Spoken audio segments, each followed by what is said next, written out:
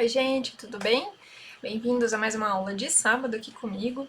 Eu sou a Lígia Canelas, eu sou arquiteta de informação, formada em biblioteconomia e também atuo como UX Writer.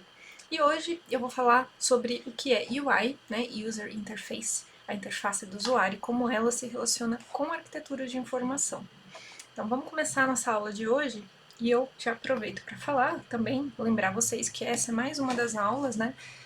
Estamos na aula 11 e as demais aulas estão na playlist aqui no canal, que é a playlist Aulas de X. Então, se você quiser acompanhar desde a primeira aula, quiser pegar a aula anterior, pulou alguma aula, corre lá na playlist, tá?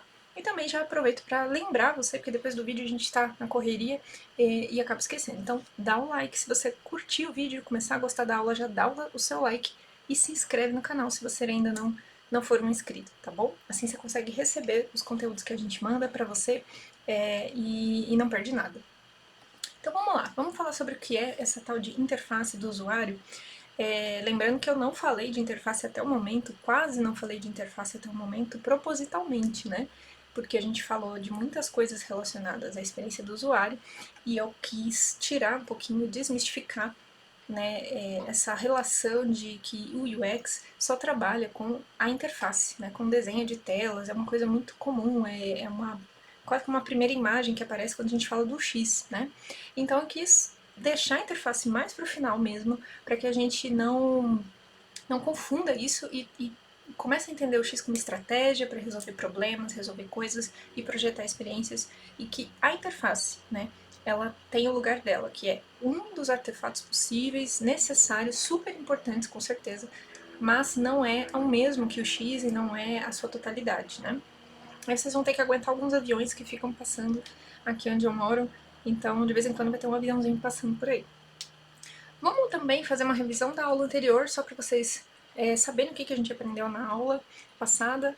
A gente falou sobre como ter uma cultura mais colaborativa, né? Então deu uma pincelada ali de como você pode identificar uma cultura que está mais engessada, né? Se é o caso da tua equipe, e como deixá-la mais colaborativa a partir de alguns passos principais. Então eu fechei ali 7 passos iniciais para você começar a desengessar a sua cultura de equipe, cultura organizacional, né? Começar com a equipe e depois partir para a empresa, para você preparar o terreno para ele ficar fértil o suficiente para você implementar uma cultura de UX. Lembrando que é uma mentalidade, uma filosofia, é um conjunto de metodologias e processos e técnicas.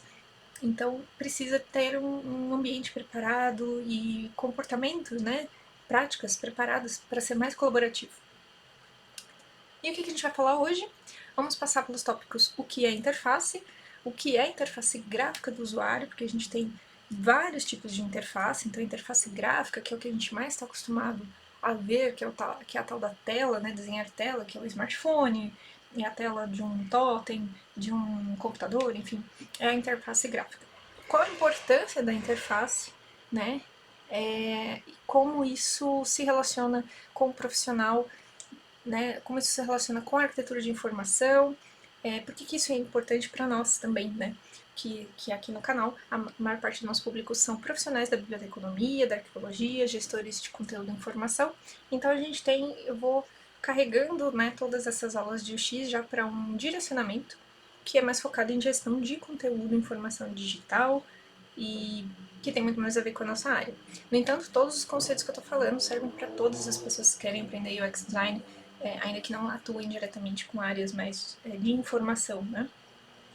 Bom, ao todo vocês vão perceber que eu vou focar muito menos nas aulas e nos cursos que eu dou de desenhar a interface, né, de projetar a interface. Eu foco mais na área de informação, tá? Mas vamos lá. O que é a interface, gente? Aqui tem um GIF muito legal que mostra, né, um bonequinho brincando, né? Ele salta da tela ali de dentro de um ícone, que ele saiu de dentro do Dropbox, e ele começa a brincar com todos os elementos e componentes da tela do sistema operacional ali do Windows, né? Então ele entra dentro de um dos programas, que acho que é não sei se é o Paint ou algum editor de imagem ali, acho que é alguma coisa da Adobe ali, e ele começa a brincar ali com os elementos, né? Empurrar botões, quebrar a barra de rolagem, né? Pular dentro do quadro ali do artboard do negócio. E, e a interface, né? A gente no primeiro momento a gente pensa sempre nisso, né? Numa tela de computador, numa tela de um programa, de um software ou do celular, em ícones, botões, barras de rolagem, menus e tal. Tudo isso é verdade, faz parte sim, são componentes de interfaces gráficas, né, de usuário, porém a interface é muito mais do que isso. A interface, ela é o que faz a ponte, né, entre a comunicação entre o ser humano e a máquina, né? O ser humano e o smartphone, o ser humano e um computador, o ser humano e um tablet, entre um ser humano e um sistema eletrônico, né? Pode ser uma televisão, pode ser uma máquina de lavar, pode ser um ventilador, enfim. E também faz a ponte entre um ser humano e as ferramentas, né? Que eu vou mostrar para vocês em alguns exemplos. Por exemplo, tem uma interface de uso entre eu e essa mesa, né? Ela é projetada para que eu consiga utilizar, que eu consiga sentar e colocar minhas pernas por baixo dela, né? Pra ter um espaço sempre para a gente colocar as pernas, para a gente poder sentar, colocar uma cadeira próxima a ela e poder chegar próximo o suficientemente com o meu tronco para eu poder apoiar os braços e escrever, desenhar e utilizar a mesa como base para algum trabalho. Também é ponte entre sistemas, né?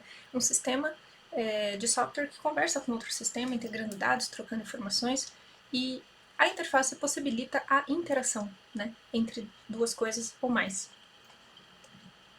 Por exemplo, a caneta, eu pego uma caneta, ela é um objeto, um produto, enfim, que eu posso utilizá-la, eu consigo utilizá-la porque ela foi projetada para isso. Como exemplo da mesa, né, eu consigo tirar a tampa dessa caneta, consigo escrever, né, porque ela foi projetada de uma forma que perfeitamente eu consigo encaixar a forma como nós humanos escrevemos, né, como a gente segura, e ela cumpre essa necessidade, ela me ajuda, né. Depois eu fecho para não secar a tinta e posso utilizá-la de novo, ela é fácil de guardar, posso levá-la para outros lugares, enfim. Eu consigo utilizar essa ferramenta de uma forma muito direta, né? Eu não preciso apertar nenhum botão, eu não preciso fazer nada exatamente como abrir um menu, eu não tenho um botão, eu não tenho uma barra de rolagem aqui, eu não preciso dar nenhum comando, né? Não preciso entrar numa caixinha aqui e dizer para ela, caneta, agora eu vou te usar, tá? Eu preciso que você escreva na cor vermelha. E aí eu abro, né? Não, eu já pego aqui, ela já é vermelha, eu tenho a informação visual da cor, eu sei qual é a cor da carga dessa caneta, eu começo a escrever e tudo bem, certo? Essa é a minha relação com a gente começar a entender a nossa relação com os objetos. E eu queria lembrar um pouquinho do livro do Donald Norman, que eu trouxe para vocês, falei sobre ele na aula 2 ou 3, se não me engano, que é a de design emocional, que eu vou deixar aqui o link para vocês depois, que também, né, fala sobre o design de produtos, nossa relação emocional com os produtos, e mencionei que ele tem outros livros também. O Donald Norman escreveu também o design do dia a dia.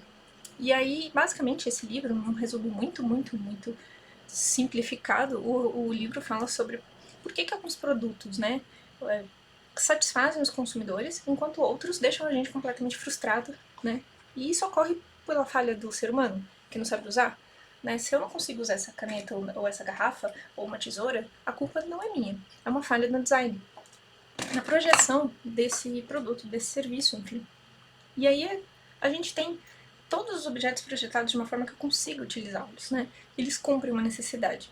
E aí eu trouxe aqui algumas imagens para provocar vocês de um designer, né, que teve uma ideia muito maluca, assim, de pegar objetos que são bem conhecidos, como copos, vassouras, panelas, e deixá-los super difíceis de usar. Eu achei fantástico, né? Então, tem alguns exemplos aqui, por exemplo. O copo, a gente tá...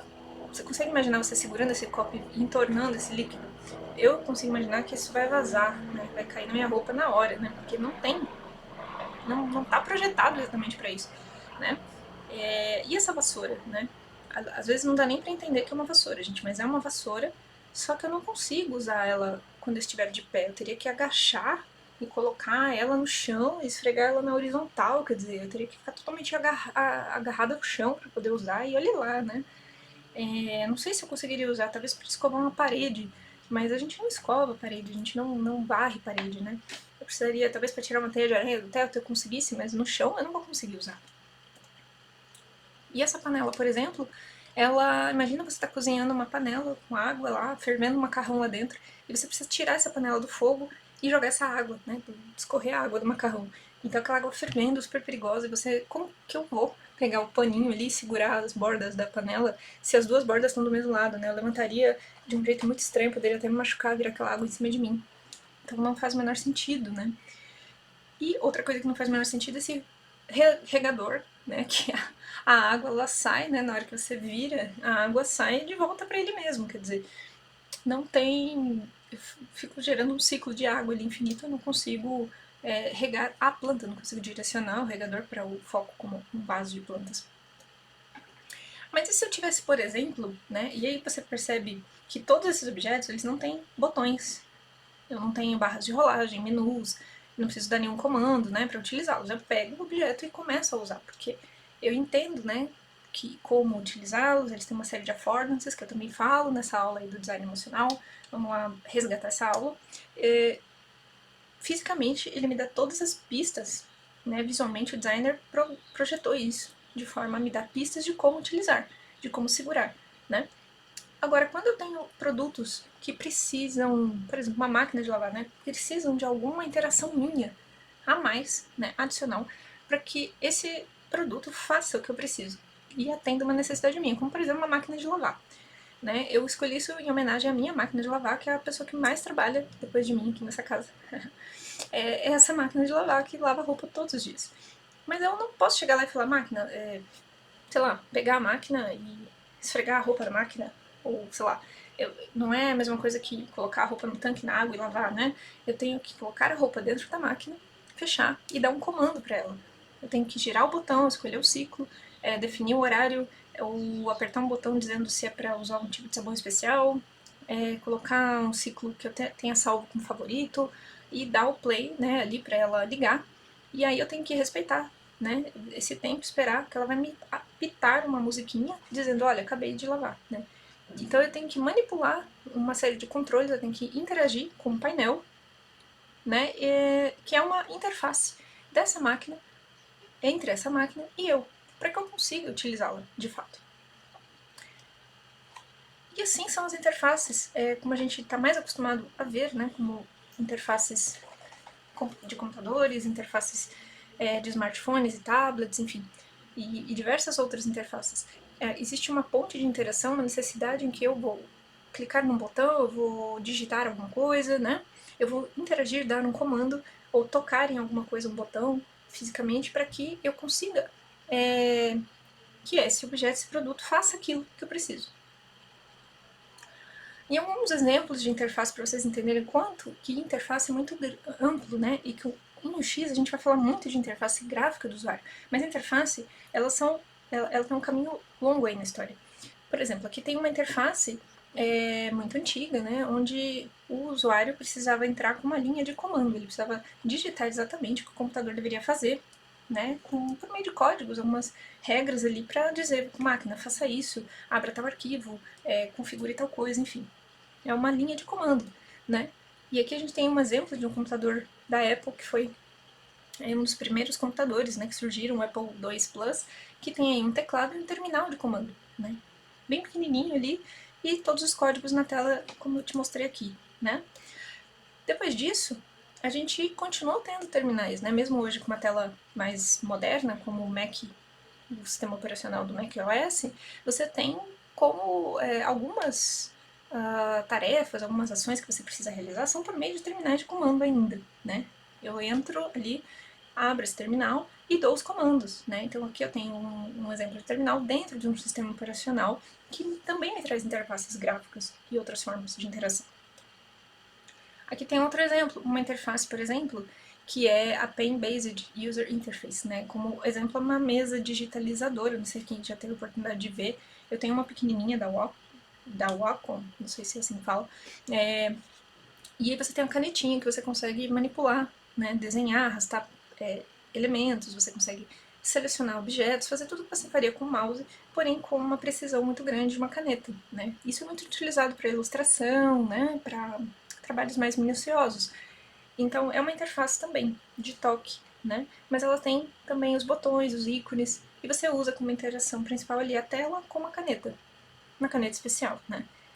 Outro exemplo são as interfaces de toque, né? De toque na tela.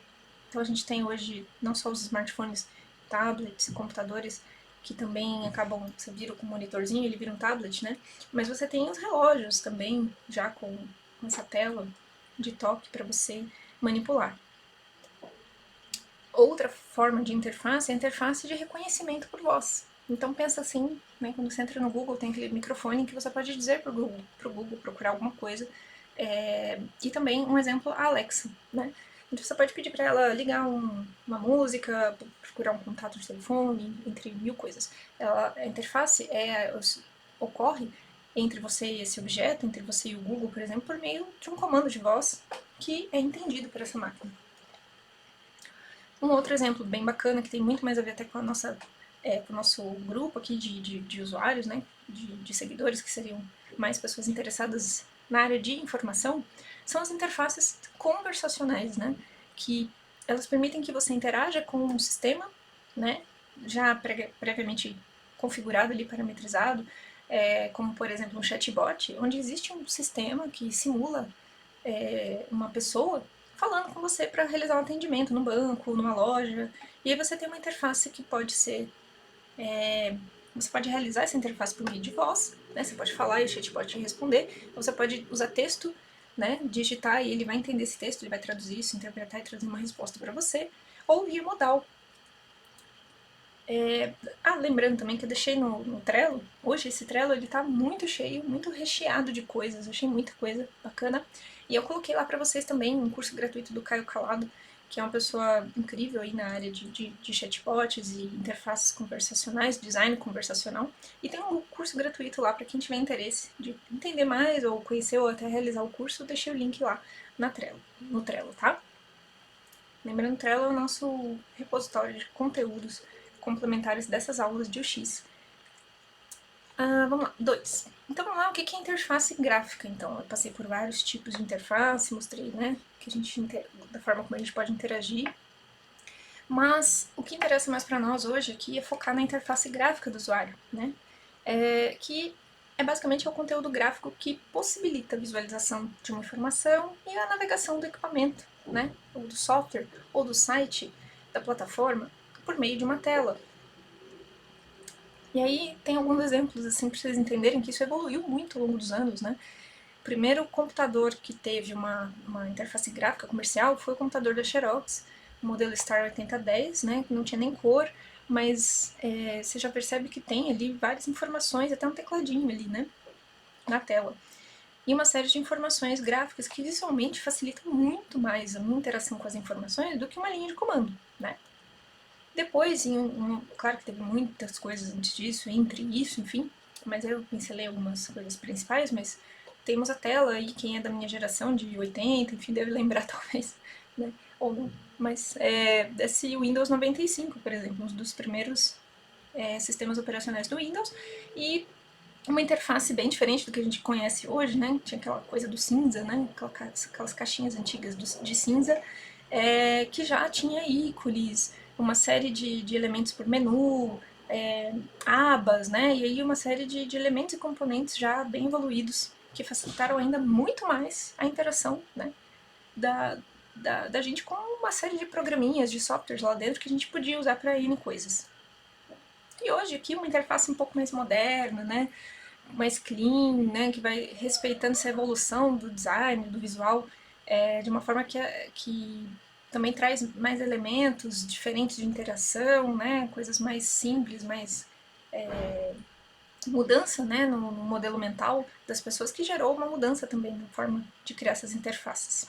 Então a gente tem aqui vários elementos, como caixinhas, menus, labels, né, que são esses nomes, caixinhas de busca aqui em cima, temos um calendário, a gente tem um drop-down, a gente tem, enfim, N coisas, né? Eu não vou entrar a fundo hoje em componentes, né, de interface, nem design system. Eu vou focar mais nos exemplos e em como isso está relacionado com a arquitetura de informação, que é o que nos interessa, né? Qual é, que é a importância da gente estudar interface?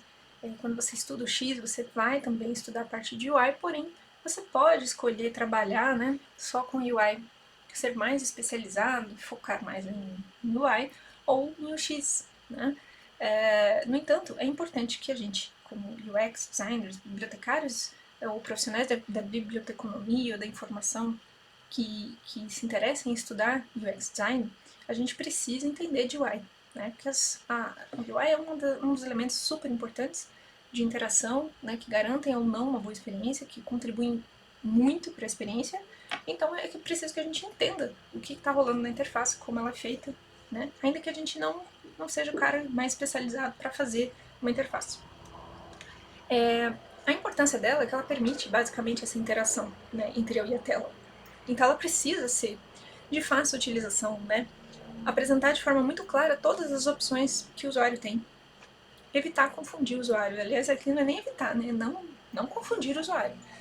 Gerar confiança durante essa experiência para que ele consiga concluir, se sentir motivada a concluir o que ele precisa, uma tarefa, né? Então, vai ser em confiança.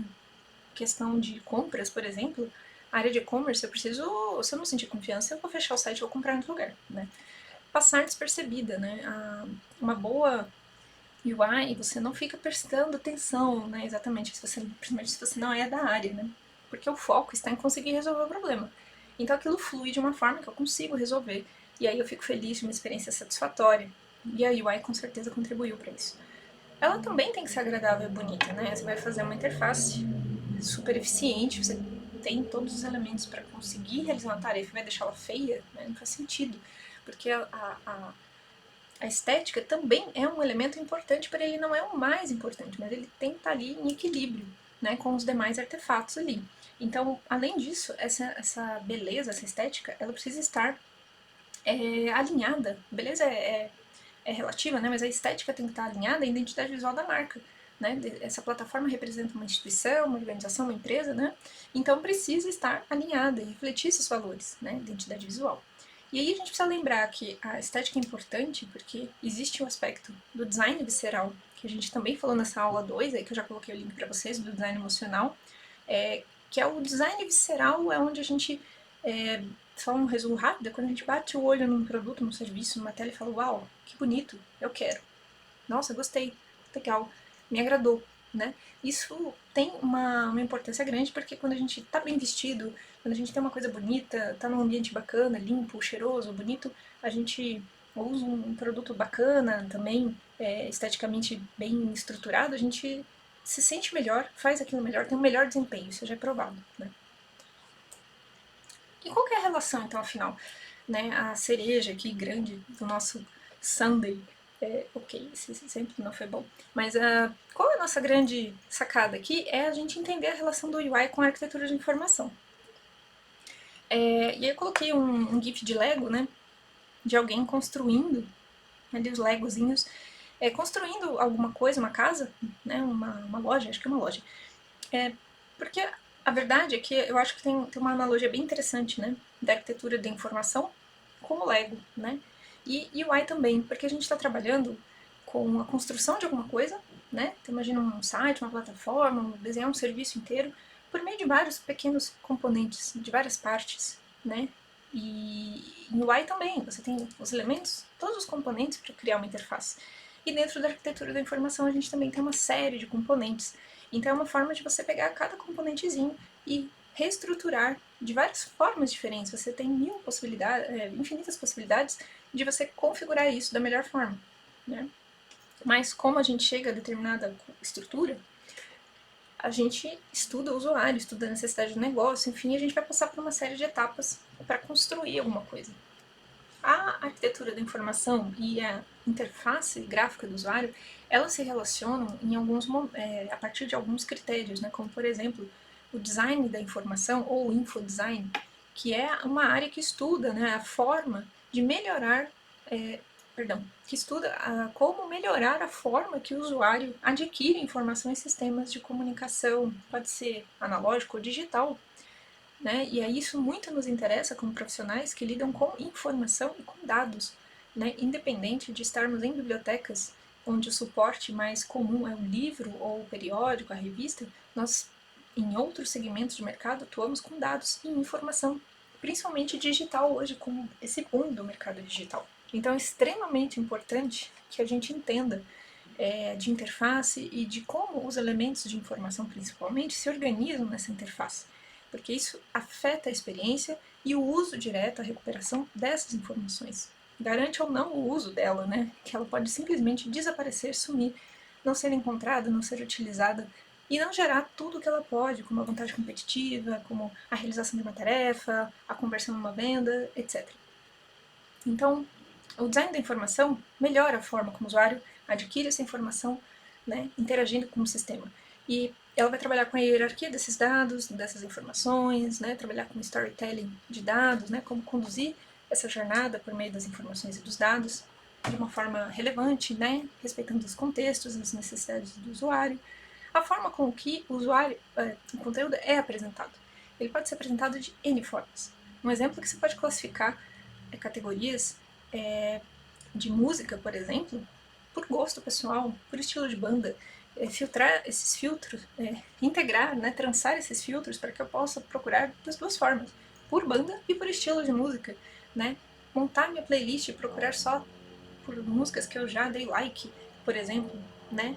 Músicas que eu ouvi no ano X, né? Como é o exemplo do Spotify, da Deezer, que tem vários elementos bacanas de exemplo de classificação ou categorização multifacetada, né? Outro elemento que é importante a gente entender o conceito de arquitetura de informação, para quem aqui tiver não está familiarizado, né? A arquitetura da informação é a forma com que nós arrumamos as partes de algo para ser compreensível. Né? Essa citação é muito bacana porque ela é muito simples, porém rica, da Abby Colbert. Ela escreveu isso no livro Como Organizar, né? Como dar sentido em meio à bagunça, né? Como organizar as coisas para que elas tenham sentido no meio de uma grande bagunça, de um grande volume de informações. Então, se a gente lembrar, a arquitetura da informação ela começa a surgir, né, por uma demanda absurda das pessoas diante de um volume de informação cada vez maior que vai surgindo, né? E como organizar tantas informações, né? Hoje, não só, imagine, o Google, a quantidade de resultados e informações que ele precisa lidar todos os dias. E dentro de uma empresa, dentro de um site de e-commerce, dentro de uma base de dados, a quantidade de informações é muito grande. Então, como o meu usuário consegue navegar por meio de atalhos que facilitem para ele encontrar o que ele precisa, né? Porque estamos todos vivendo numa época muito mais acelerada, nosso ritmo é outro, e esse tempo ele é estratégico também, ele é uma vantagem competitiva. Então, como organizar isso? Como eliminar ruídos? Lembra das aulas de biblioteconomia, né, que a gente trabalhava, aprendia sobre eliminar o ruído na busca, né, fazer com que a gente traga resultados mais relevantes, né? Então, a arquitetura de informação é uma das partes dentro do X, ou o X também é parte da arquitetura, enfim, isso não importa. Elas funcionam de forma interligadas para arrumar todas as partes de um todo, de forma que seja compreensível, coerente, né? E aí, por que eu defini aqui design da informação primeiro? Porque algumas pessoas confundem um pouco, né, infodesign com arquitetura de informação, mas são áreas que se completam, são ricas, elas se somam, tá? Mas são duas áreas diferentes. A arquitetura de informação, então, vamos trazer um conceito melhor aqui, ela tem por objetivo estruturar, representar e organizar, gerenciar e disseminar informações em ambientes digitais de uma maneira personalizada, apropriada às necessidades das pessoas usuárias do sistema, né? Então, você faz isso organizando de forma simples e com sentido para quem vai usar. Você entende o contexto, né? Elimina ruídos, gera relevância, você entende qual a sequência ideal para ela consumir cada tipo de informação durante a execução de uma tarefa. Você procura padrões, semelhanças e contrastes para poder gerar uma classificação, uma categorização e a organização disso. Estrutura o fluxo de ações desse usuário e as decisões que ele toma durante essa experiência, essa jornada, né? Então imagine que eu entrar num site de uma biblioteca e vou realizar uma pesquisa, uma busca por uma informação sobre o horário de funcionamento, sobre quais bases de dados ela tem, né? Desde o momento que eu acesso o site da biblioteca, eu vou começando um fluxo de ações, de decisões, de cliques, de interações que vão me levar ou não até o objetivo final.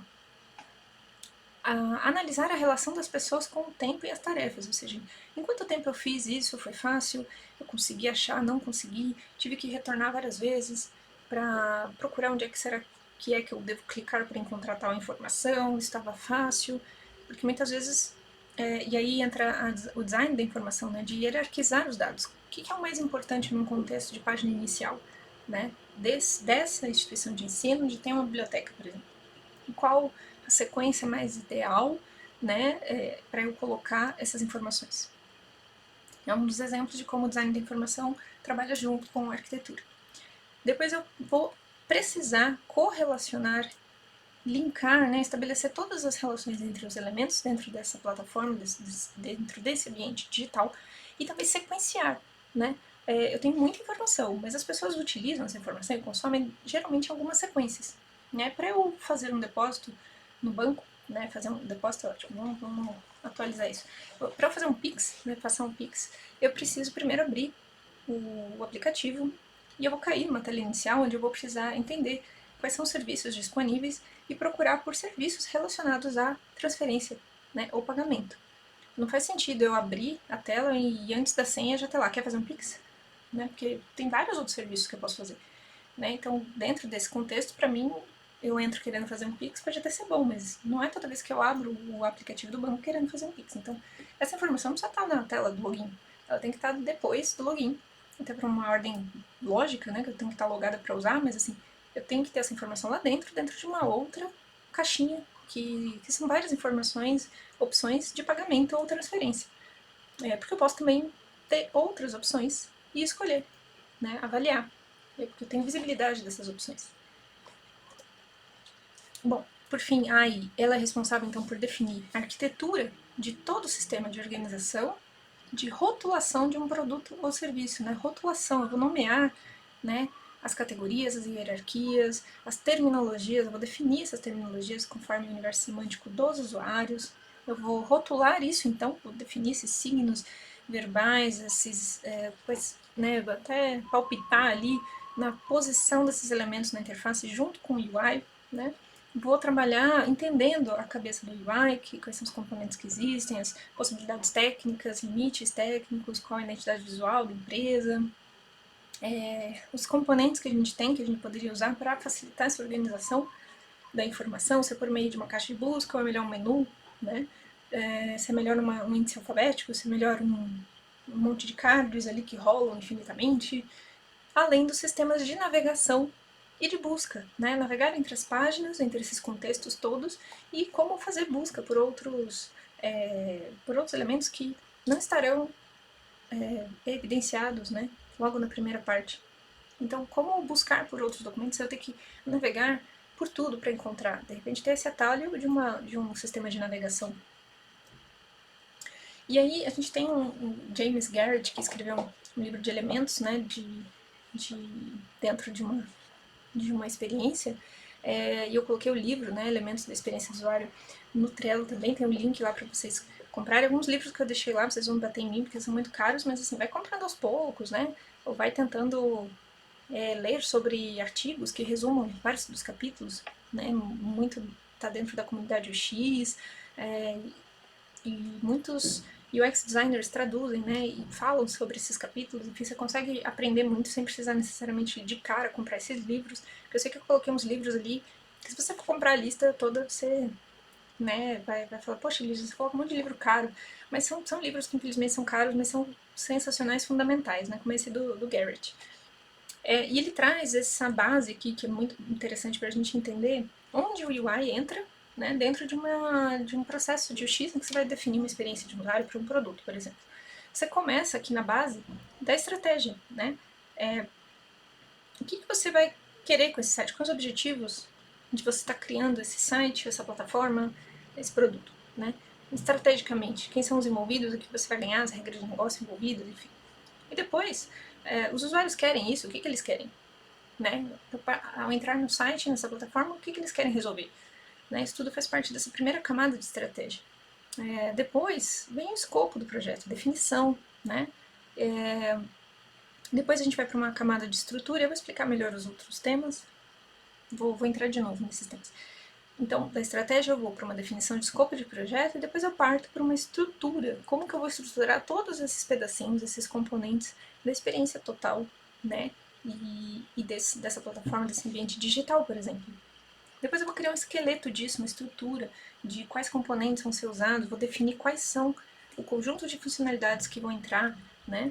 E, por fim, na última instância, entra a interface, que é a parte visual de interação final ali, né?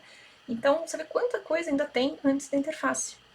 Então, voltando aqui à estratégia, é o que eu espero do produto, que os usuários precisam, né? Vou colocar meu carregador aqui. A marca registrada das aulas de UX da Lígia, os sábados, que ela sempre esquece de colocar o carregador do Note. Então, a parte de estratégia, o que eu espero do produto e o que os usuários esperam do produto, o que eles precisam e desejam que eu vou tentar resolver, né? Quando eu criar esse serviço, esse produto.